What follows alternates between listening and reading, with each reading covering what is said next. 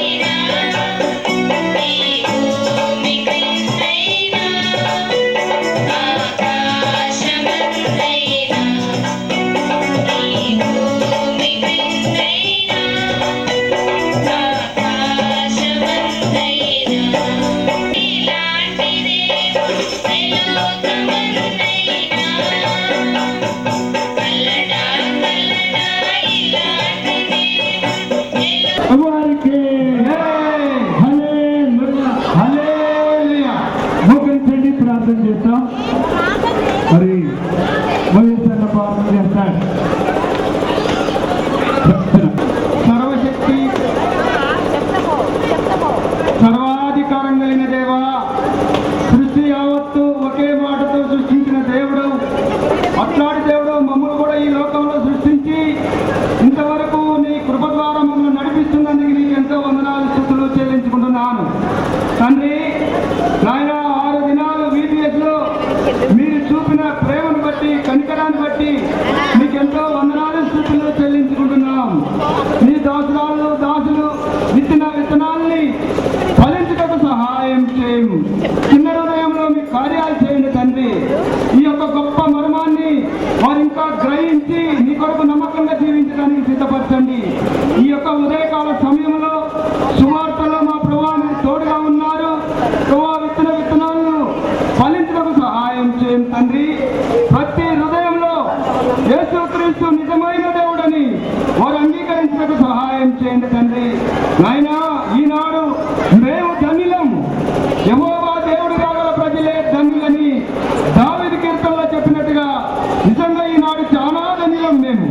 అట్లాంటి ధన్యాలత ఇతరులకు కూడా వచ్చుటకు సహాయం చేయమని, నీ పిల్లలు చేసిన సువార్తను దీవించి ఆశీర్వదించమని, ఇప్పుడు కూడా ముందున్న సమయాన్ని కూడా మాకెంతో దీవెనకరంగా మమ్మల్ని ఆశీర్వదించి మరొక సంవత్సరం కొరకు మమ్మల్ని మా ప్రభువా నీ యొక్క కార్యాల కొరకు సిద్ధపరచమని యేసు నామమున ప్రార్థించి వేడుకుంటున్నాం తండ్రి.